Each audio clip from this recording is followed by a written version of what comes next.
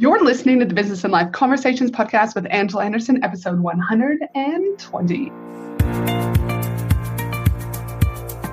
Hey there, you're listening to the Business and Life Conversations podcast.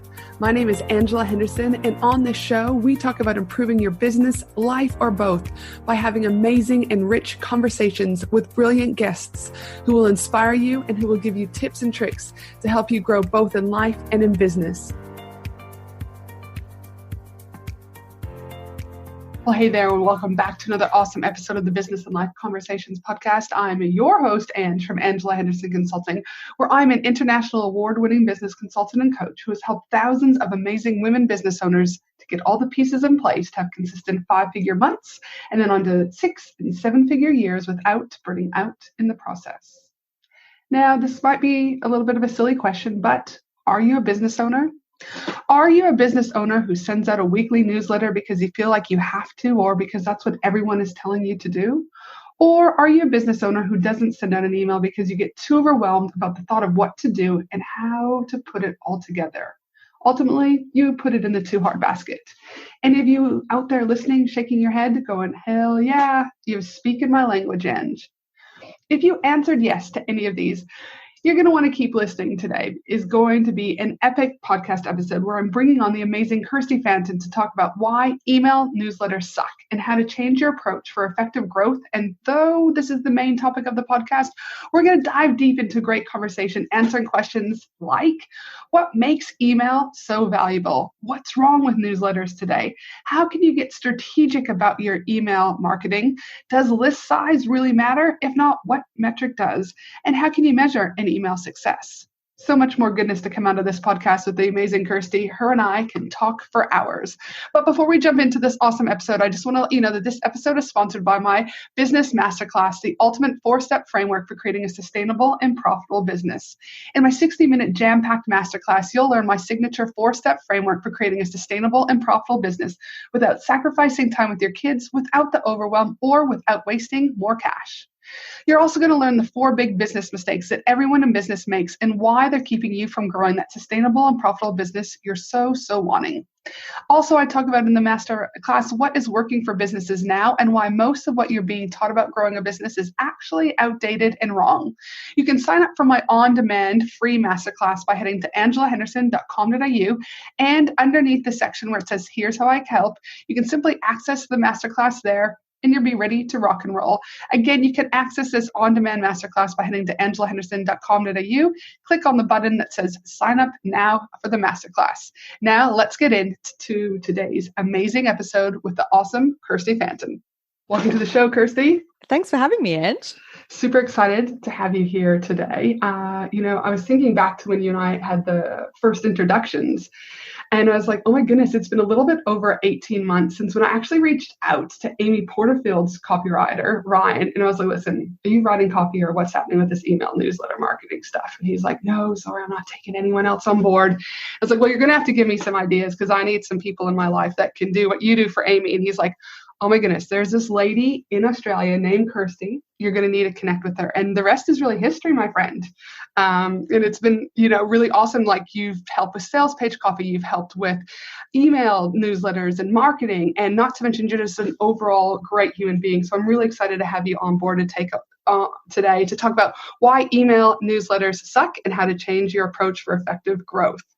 Well, thanks so much, Ange. I'm stoked to be here, and I'm so glad that Rye put us in touch 18 months ago, which is crazy that time's gone so quickly. I know, because I was like, no way that it's like 18 months already, but it really is. We've worked on so many different mini projects and bigger projects, and the time just flies. And so it's always awesome to have great people in my life, and I always believe, people come into our lives for whatever those reasons are. And like I said, Rye wasn't able to. It wasn't meant to be. He introduced us to us, and so I'm really excited to have you here today. But with any of my guests that come on, Kirsty, I always like to start off with a fun question in order for us to get to know you a little bit more. I mean, you're a great mix of treats, really, Kirsty, from the love of Christmas sweaters to bananas to having a run-in with an avocado that almost took your finger off, and the fact that you have a very flat head, but super cute head, might I add. I'd love for you to share with us your all-time favorite song and why, because I feel with the mixed bag of treats going on, there's got to be a song in this somewhere. Oh, and first of all, I want to give you top points for being Such a good stalker. In a good way. In a great way. Okay, so my all-time favorite song, which I feel like might be a little bit disappointing because it's quite it's like early noughties sort of song. It's Train Drops of Jupiter. Yes. Yes, and I don't know, whenever I hear it, I just feel like so warm and happy inside. So that's why it gets the number one. Right, Drops of Jupiter. I haven't heard that song in ages, but yes, wasn't Train a Canadian band? I think they were actually, yes. I think that's right. I mean, way to go, Canada, for winning your heart there, Kirsty. But yes, no, I was giggling when I was doing the research for the podcast, and I was like, oh my goodness, her love of avocados, Christmas sweaters. I remember when I first met you, your old website had that big banana on it. It was like a big yellow banana, and I was like, okay, I like her. She's kind of fun. She's got a little bit of edge to her, so yes. Now, for many of the listeners out here listening today, Kirsty, they're not going to know a lot about you. So I would love for you to share a little bit about your business journey, where you started and what you're up to now. Yeah, of course. So I started in copywriting by accident, really. So I have come from the world of psychotherapy, and in 2014, my now husband and I took a year off from our lives here in Sydney and lived in France and did all the French things we could possibly do while we were over there. Yeah. Worked on a foie gras farm. We worked in a French restaurant. We worked on a few wineries, all those sorts of things. It was amazing. Came back very poor. I actually think the day that we made the most money over there was when we drove back from Italy and collected a lot of spare change in the highway tolls. So came back quite poor, found another counselling job when I got back, but also a friend had started a business and they were looking for someone to write their copy, and they approached me and I said, sure, why not? And things sort of took on a life of their own from there. And these days my business is really thriving, which I'm like somewhat surprised, but also very chuffed about. So I sort of split my time now between writing launch copy for legends like you and also running a couple of online group programs for other copywriters and other online business owners. And like you said, it all just kind of happened, right? It all fell in place. But for those that are out there, not all of my listeners are aware of copy. And so I just want us to also talk a little bit about when we talk about copy, for example, it's not just necessarily sales page copy, et cetera. Can you kind of elaborate a little bit more on that? Because I always just like everyone to kind of have the same baseline of where we're going with everything, so we're all on the same page. Yeah, sure. So basically the way I think about copy is any words that supports a business's goals. So of course, conversion copy, which is the kind of copy I really focus in on, is that stuff that sits more towards a point of sale. So things like sales pages and emails and that sort of thing, Facebook ads, etc. But definitely copy also includes words on websites, content, so blog posts, social media posts. So basically any words that help support a business's goals. All right, fantastic. Because I always just go, there'll be someone listening going, all right, you've already lost me, ladies. What are we talking about, right? And I'm always like, I always want to make sure that all the listeners are treated equal and they all have can go into an episode ready to rock and roll. Yes, so now that we've got Christmas sweaters, avocados, and, not to mention, I mean, Kirsty will check out the Instagram stories, but you probably won't because obviously this isn't going live. But she's also wearing this amazing headpiece today. She's gaming because she's just moved house. So, I mean, it's all really happening here on the episode today. All right. I'm probably your coolest guest ever. I know, totally 100%. My kids, Finley, who does love, to play, what is it, Fortnite or whatever, he would be like, oh my gosh, she's got the proper stuff, Mom. He would be stoked. I'll have to show him the photo actually later. Amazing. But today's episode is we're going to be talking about why email newsletters suck and how to change the approach for effective growth. And let's this say, there are some newsletters it's like I'll get a newsletter and it's like cringeworthy. I'm like, this sucks, man. This is like actually a detriment to your brand. But all right, you think that it's working. All right, so we'll go from there. But before we start off though, do you think email marketing, aka newsletters, is dead? Email marketing is very much alive and well. Newsletters, I think, are a bit of a different category. But I mean, to give, I guess you already know this, Ange, probably, but to give your listeners a bit more context around email marketing, it is really the most effective one-to-many connection point in your business, which I know is a very big call. But unlike social media platforms, email is actually a platform that you own. So what you send isn't vulnerable to any of those ever-changing algorithms. You can make it really personalized, so you can actually speak with people and make them feel like you're having just a conversation directly with them. And on top of that, it's actually every second person in the world has an active email address. So when you think about that, it sort of puts even Facebook stats to shame, just in terms of how many people are actually reachable through your email marketing. And do you want to talk a little bit about, again, I just want to take one step back, email marketing versus newsletters? Are you grouping them together? Are you separating them for the episode? How would you define them? Just so, again, we're all on the same page.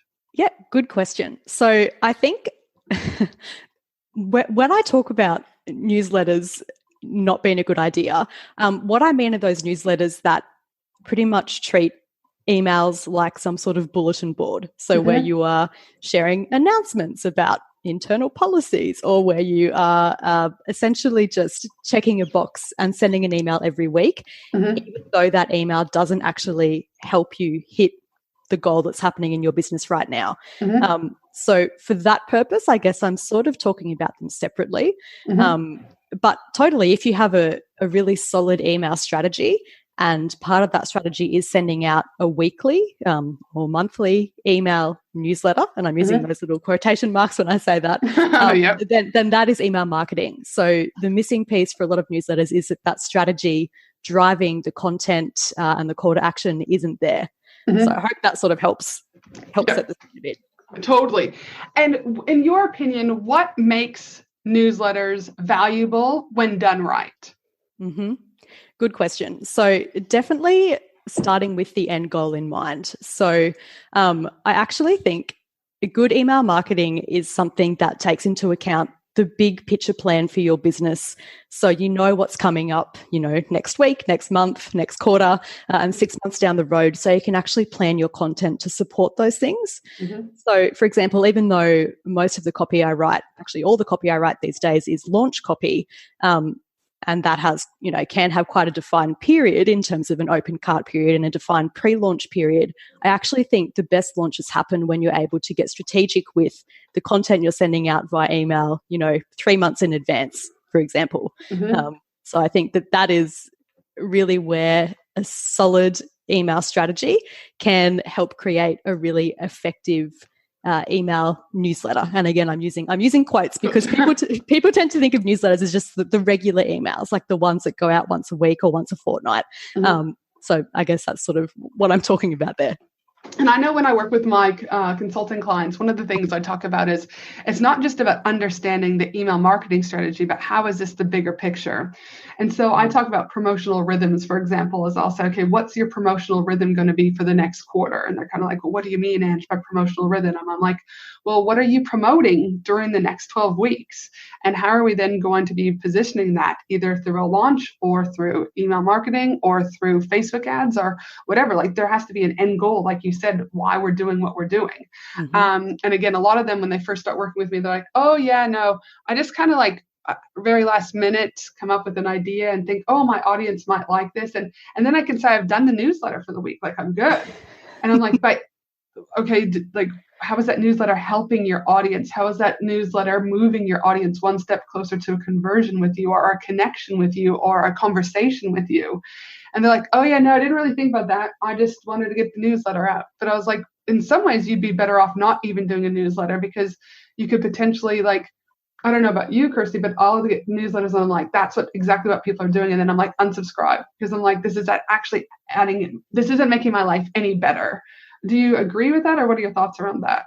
Yeah, totally. And I think that is, you've actually just really put that so succinctly in terms of what the problem is with email newsletters. It's when people just think of them as a thing that you have or a thing that you do, as opposed to a tool that you actually use within your business.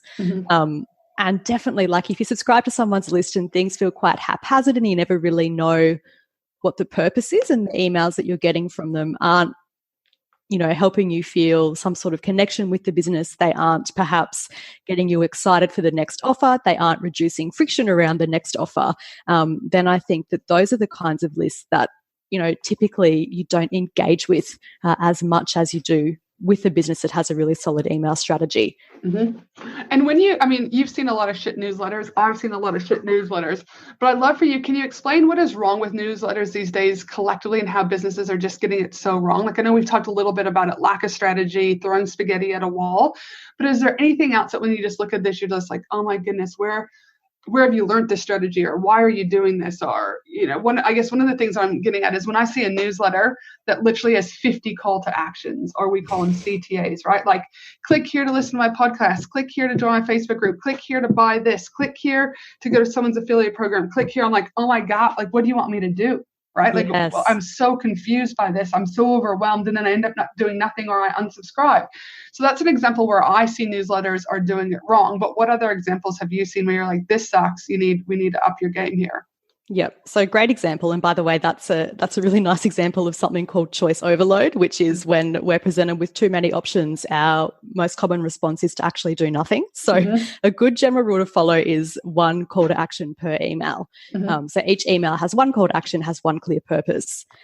I think one of the other things that I've noticed in some email newsletters is some really poor or some really absent segmentation. So for example, there have been some lists that I've joined because I think it's part of my job to really creep around the internet and join people's Totally. lists. Yeah, and see what's working and what people are doing and what's missing the mark. I think when you join someone's list, first of all, if there's no sort of welcome sequence there to meet you, so you join the list and then you don't even know whether you have joined because nothing comes back to your inbox, and then perhaps 3 months later something pops up and you're like, oh, okay, here we are. Or the other way, if you join someone's list and you get a welcome sequence and at the same time you also get funneled into some sort of launch sequence, that's also pretty lackluster segmentation. And I think segmentation, again, is one of the reasons that email marketing is so powerful, because you can tailor the conversation so much more than you can on a social media platform, for example. And so for those listeners who are might be new to business or just starting off, and they're like, yes, I've got my email. Yes, I'm sending it out regularly. Yes, I'm actually being quite strategic. But now you've just thrown in the word segmentation. Kirsty, a big F you, what's going on? I'm now even confused. So let's back up. Can you talk about, because you and I get it, but what is segmentation? Because this is a very helpful part of email marketing, in my opinion. And so for those listeners who aren't doing it, it's like, even if you took anything away today, in my opinion, and you went and looked at your email list and how you could segment, to me, it's like you're winning if that's the one thing you do, in my opinion, from today. But can you define what segmentation means? Yeah, of course. So segmentation in pretty simple terms is just grouping your contacts so that you can communicate with them in a more targeted way. So, for example, you may segment people based on which lead magnet they come onto your list via. So if you are serving more than one type of audience, for example, you may have a different lead magnet for each segment so that you can then make sure you're tailoring that conversation to the topics that that person is likely interested in, given what they came in on. It can be segmenting people in and out of launches. So, for example, if you are doing a webinar type launch, so where you have some sort of live class or live workshop before you introduce the offer, and you're building that webinar list, you're getting people to opt in to say, yes, I want to come to that webinar, or I want the replay. You can also segment them out so that you're only speaking with them about the offer that you're launching at the end of that webinar. Because what could happen is if you blast your whole list with a launch sequence, which is typically a lot of emails over a short amount of time, you can get a much higher amount of unsubscribes compared to if you're able to actually just tailor that launch to speak to a specific segment. So a segment that's actually asked to be sort of kept in the loop about this thing. So there are a couple of pretty general examples, but of course it's a big rabbit hole, which I'm happy to dive into more if you like, but I also don't want to. Totally. I also know what we're about to do with my email list is just send out an email with a bunch of different countries and say like, what country, right, are you from, for example? And then that will segment everyone into different countries. And then that will also give me a better understanding. Okay, great. If I'm going to be doing a live event, instead of broadcasting that to all of the countries, I will then only broadcast it to those lists that it's applicable to the segment that it's applicable to, right? Yes. So that's an example that I'm looking at doing, because again, there's nothing else. If I've got people on my list who are in New York or in London going, this isn't relevant, you've just wasted my time. Why? I didn't have to read this, so that's another example of segmentation that we're about to start looking at. Awesome. So yes. And so for those people that are listening going, oh, fuck, right? Like I may need to pay attention for the rest of this episode because I may be the person where my newsletters suck. Like I'm going to admit it, right? People are slowly nodding and raising their hands. Mm-hmm. How can businesses start to get strategic with their newsletters? Mm-hmm. Great question. So I think as we sort of touched on earlier, it all starts with getting a bit of a big picture perspective on your business, on what offers you have coming up, in the next quarter, in the next 6 months, in the next year, and then sort of planning backwards. So I think we can probably both agree, Ange, that the main function of a business is to make money, right? Yes. Is to sell things.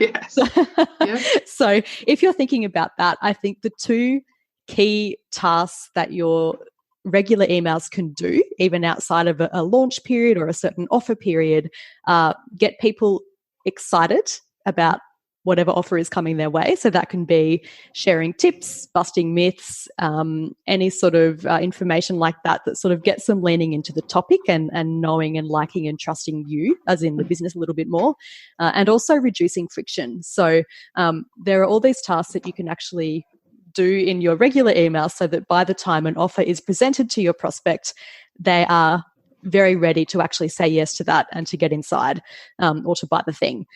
So I think that is a really nice place to start. So starting big, working backwards, and then sort of planning what sort of topics you can cover that end up being a really natural lead in to the point where that person has been offered an opportunity to buy something from you. And so I just want to clarify. So what you're actually saying is, wait for it, everyone out there, don't gasp or have heart failure. You don't have to sell in every email. Correct. You definitely do not have to sell in every email, not at all. Right. So I know it could be aha for some of you guys. Like, again, it's because, again, people are told now, and listen, people who follow me know I'm very big that in my opinion, you should be selling almost every day, in my opinion, some way, right? Like you need to be adding value. And what I mean by selling every day is I don't just show up and all I do is sell. I might add value in this one, give a tip here, but I'll end up selling. And I've been testing this for since the beginning of the year, so over 6 months now. Whereas I haven't been doing it for the last 2 weeks of time of recording because I just feel my mastermind, getting those women settled. That's my priority at the moment. But I have been selling, I choose one thing that I'm selling every single week, and that's what I'm utilizing in my promotional rhythm throughout all my platforms. And there has been, I had my best month in June, and there's no doubt that it's a direct correlation because of me showing up, adding value, and selling constantly, right? But yes, for the purpose of newsletters, if you're sending out a newsletter every week and all it is buy my shit, buy my shit, buy my shit, buy my shit, correct me if I'm wrong, I know anyway, like for me, I'm like, screw off, screw off, screw off. Do you know what I mean? Like again, leave me a better person. Don't always be treating me as a transactional, occurrence. Are you agree? Oh, 100%. I think one of the worst things an email can do is make the person at the other end just feel like they're a bag of money or feel like anything's transactional. Because again, one of the things that's so great about email marketing is it's so personal. It feels so intimate. So you really want to be building the relationship. And I think what you're saying there, Ange, is that while you do not, and I would probably suggest that you do not actually do this, don't sell explicitly in every email. There are implicit ways where you're probably selling yourself or your business or your ideas, just by building that rapport, by building that know, like, and trust, and also by, as you say, delivering value, showing what you know, talking about what your knowledge can actually do for someone and for their business, or for their life, whatever it is that you're selling. I know one of the things that you mentioned briefly, but I do want to go back and talk about is the importance of getting them to do one thing, right? So one thing doesn't have to be clicking to go to a sales page. One thing could be that they hit the reply button and start having a conversation with you. And I refer to these more as micro commitments. How do you describe those for yourself, Kirsty? Yes, same word. So micro commitments are fantastic. So what you're doing there is essentially getting someone used to actually taking an action when they receive an email from you. And as you said, those actions don't have to be related to an exchange of money at all. It can be, hey, hit reply and let me know, or come and check out this post on Instagram, or leave a comment here, or fill out this survey. And again, I don't think these have to be in every single email either. I think if you fall into that, it starts to feel a little bit more manufactured, and again, sort of erodes that genuine one-to-one feel of connection. But definitely having those micro commitments in there are such a great way to really engage your list. And one of my favorite CTAs in just a standard newsletter in my own business is hit reply and let me know, because I think that those conversations that start from that are so, well, I actually just genuinely really enjoy having them with people in my inbox, but they're also very valuable in a business sense too. And I have found that the people who reply to my emails are often the same ones who are buying my programs when I do get around to launching. Absolutely. Because again, you're building conversations, you're building connections. And I'm a really big believer that when you have connections, conversations, you have conversions. Yes. It's conversations equal conversions. I'm not saying that that's your sole purpose of just doing this for shits and giggles, but you get to know people. I know some of the biggest things that I've ended up buying for my business as investments is because people had conversations with me. They took time to get to know me, or they asked about how my kids were, or they remembered something that wasn't just about, your credit card number, 450, right? Yes. So again, I talk often about conversations equal connections. And when you have conversations and connections together, you have a conversion. Yes, 100%. So now we often hear in the email, it's all in the list. It's all in the numbers, but I'm not necessarily sold that list size matters. Thoughts, Kirsty? I'm 100% with you. List size is pretty much irrelevant. I think the two metrics that you really should be focusing on are how targeted your list is. So by that, I mean, are you actually connected with the people who would be a good fit for the things that you're selling? And also how engaged that list is. So are you getting good open rates? Are you getting good click-through rates? Are you getting a lot of replies? And to help, I guess, illustrate this, so I went through all my numbers at the end of the financial year that just wrapped in June, and I worked out that I've actually, last financial year, I made just over $119,000 from my own list that at its maximum had 414 people on it. So, I mean, that's a pretty good stat, and I think it just really goes to show that my list is targeted, my list is really engaged. It's also really tiny, but it's been hugely profitable for me. So yeah, I think that the conversation around list size really needs to get a bit more nuanced. Yeah, and again, going back to bigger doesn't mean better.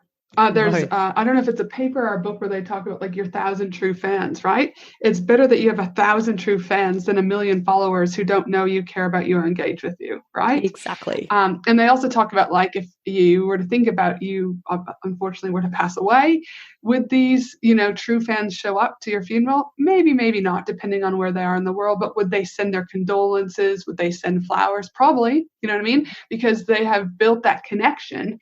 And again, not a transactional, transaction, but they've actually built a connection with you where they're they would consider you a friend, or, they give you a hug as they're passing on the street, right?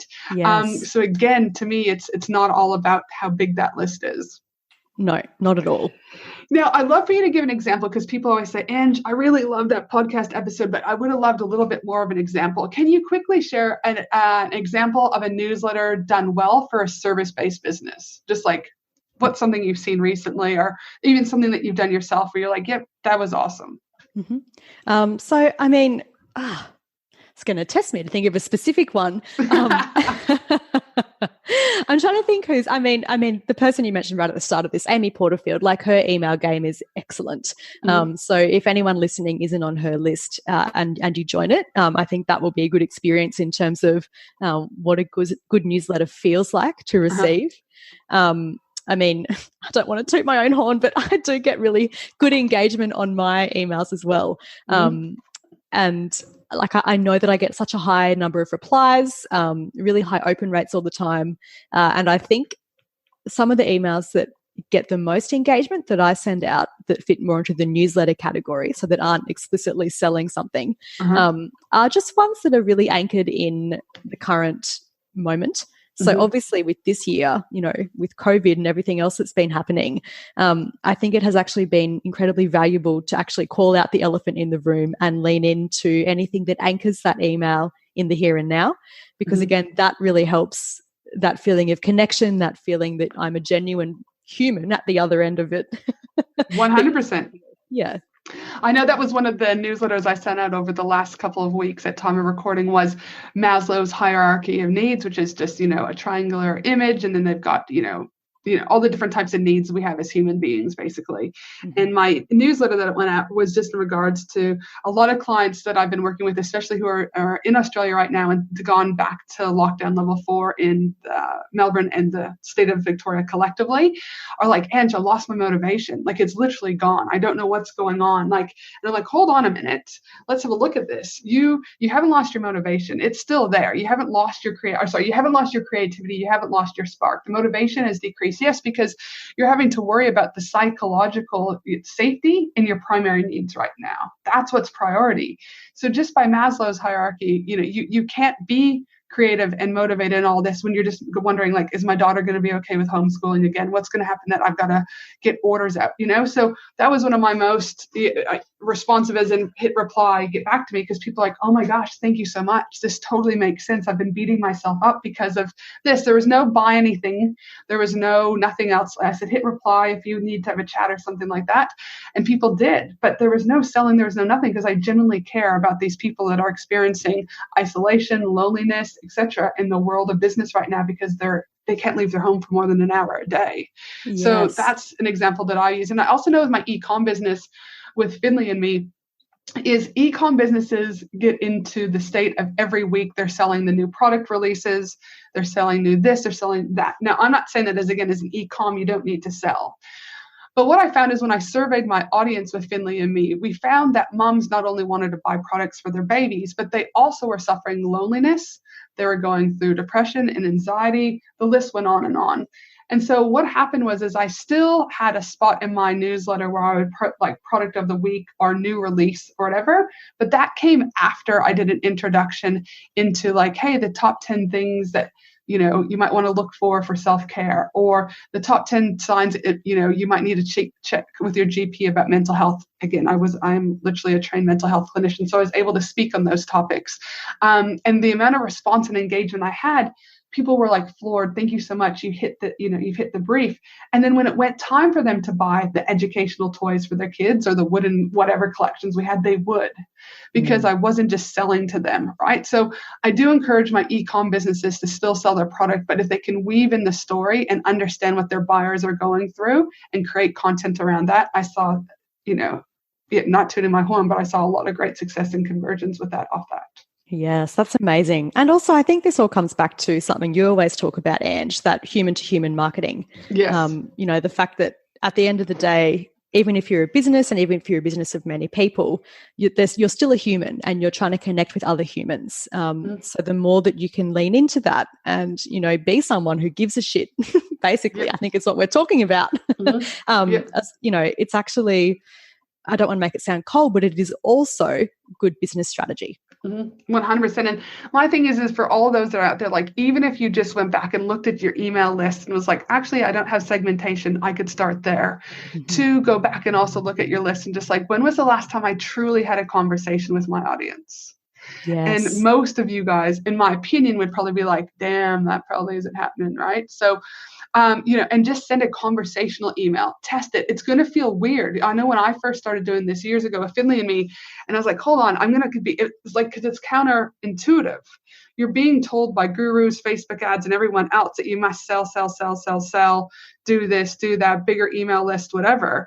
So when I first started having conversations with my email list, I was like, oh, this feels weird. It feels shady, because I hadn't flexed that muscle yet. I hadn't learned to know and lean into it. So it might feel weird for you, but I promise you're going to see higher engagement rates and overall higher conversion rates in the end, because you're, again, treating people like people. Yes. And I also think, and I don't know if you agree with me on this, Ange, but I think it makes it more fun to do. Like, I actually love writing to my list because I'm like, oh yeah, I get to write to my friends, which I know makes me sound incredibly nerdy. No, totally.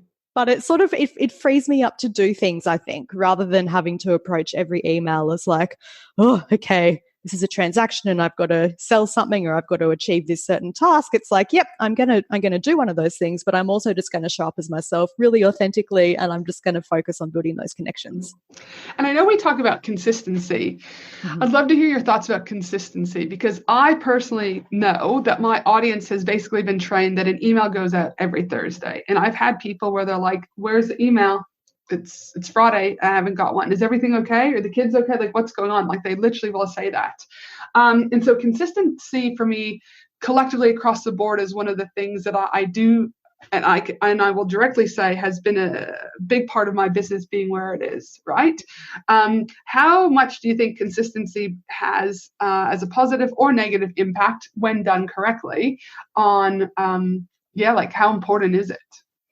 Consistency is hugely important across all marketing channels, I think. And obviously when we're talking about email, we can talk about it in terms of, the regularity of the emails that you send, but there's also consistency in terms of tone of voice. So do all these emails feel like they're coming from the same person or brand?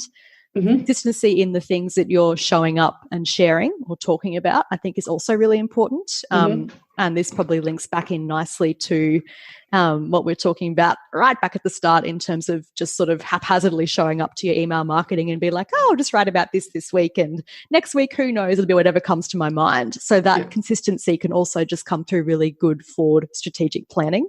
And definitely, if you are someone who is able to get in a regular habit in terms of when you actually email your list, that can be hugely beneficial. But I will also say that I think it's beneficial, that time regularity, but not 100% necessary, as long as you are consistent in the other things I've just spoken about. Yeah. And that's where, again, a lot of times some of the clients, when they first come to me, it's like I'll go through their social media, I'll talk to them about their email, and it's like they went really hard and then they dropped, right? But they dropped everything. Instagram stopped, email marketing stopped, Facebook ads have stopped, and because they've got to a level of burnout, right? That they're just like, it's too much. And that will be a whole nother hour of you and I talking. But the importance of also, I guess this is why, when I reached out to you to help me not only with my sales page, but also with my email marketing, is that there comes a point where you might not actually like writing the emails. You might actually go, this freaking sucks, right? Like, because it might not be that you don't get excited about connecting with your audience, but you might just be like, this is not my zone of genius. It's going to take me 4 hours to write something, right? To get it on paper. Then I'm probably just going to be ticking a box. Again, you can outsource your email content also, all right? You can still have a voice. You can still be heard, right? And so I just want to throw it out there, because most of my emails do come from me, but there's been times when I have hired you to help get words extracted out of my brain, and you help, collate those for me, and I'll go in and, spruce it up with my Nutella jokes or whatever. But it is important to know that there's help out there. So for those of you that might be going, I can't get started, I don't know where to start, I can't do this, whatever, whether or not you were to speak with Kirsty about it, or whether or not you were to speak with another person about it, there's people out there that do this, right? 100%. And it's important to acknowledge that you can outsource, not just this, and I will talk about outsourcing too for a long time, but if you can minimize the burnout, you're more likely going to be consistent, and you're going to produce quality content and strategy across the board, and therefore inevitably you're going to become profitable. So it's important things, I think, to consider. Absolutely. Because I think as well, one of the real benefits of consistency is that momentum. If you're constantly showing up, if you're constantly visible, if you are a known quantity, as in, you have a recognizable niche, people know what you talk about, what you do, what you offer, then that momentum can be built up. And if you do have to stop because you do get burnt out because you go too hard too quickly, then that momentum can fizzle out devastatingly fast, and it's always much harder to get it going again than it is to continue it once the ball's already rolling. Gosh, 100%. I know that's relatable. Also, when I started my podcast, the average podcast that disintegrates is episode 7. And I was like, oh no, I'm not going to be that statistic. So I actually paid upfront 6 months in advance for my podcast team. And I was like, no matter what, I will have 26 episodes under my belt that I'll be able to use for repurposing content or whatever. And I just knew that, I had to pay that upfront, because I knew that that's what was going to keep me consistent. So sometimes you got to think outside the box, and it's our choice at the end of the day. We all have choices to stay consistent or not, but just understand that there's always pros and negatives with each of those decisions, right? 100%. And again, as a business owner, it's up to us people to drive the bus. No one's coming to save us. All right. Yes. So, yeah. Now, what a great conversation today. As I said, you and I, we do normally talk for forever, but great insight as to, newsletters and what business owners need to be thinking about and what they could do differently just to, start engaging more with their audience, having those conversations, treating them like humans, and ultimately then being able to sell and have conversion. So for those listeners wanting to connect with you, Kirsty, where can they find you? So I am on Instagram at kirsty.fanton, Fanton, and I'm also online at kirstyfanton.com. Fantastic. And I do have one final question. What do you know now that you wish you knew when you first started out in business? Oh, good question, Ange. I think I wish I knew just how much I got to drive the bus. Like you said before, I think when I first started, I was definitely operating more as a freelancer, so waiting for opportunities to come for me and just saying yes to things, whereas now I very much am deliberate about the kind of work I do, and I create opportunities for myself, I think, a lot more regularly than I wait for them to come to me. 100%. Love it. And before we sign off, please remember that my team and I will be putting together the show notes for this episode at angelahenderson.com.au. And as I mentioned earlier, if you enjoyed this episode, I'd love for you to share it, especially on Instagram stories, and tagging me at Angela Henderson Consulting, and tagging Kirsty at kirsty.fanton, or share it wherever. We really don't care. We just love a good share.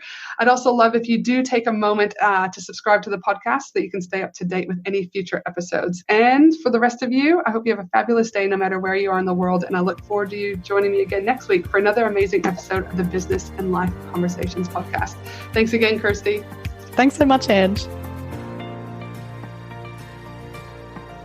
Thanks for listening to the Business and Life Conversations podcast with Angela Henderson. www.angelahenderson.com.au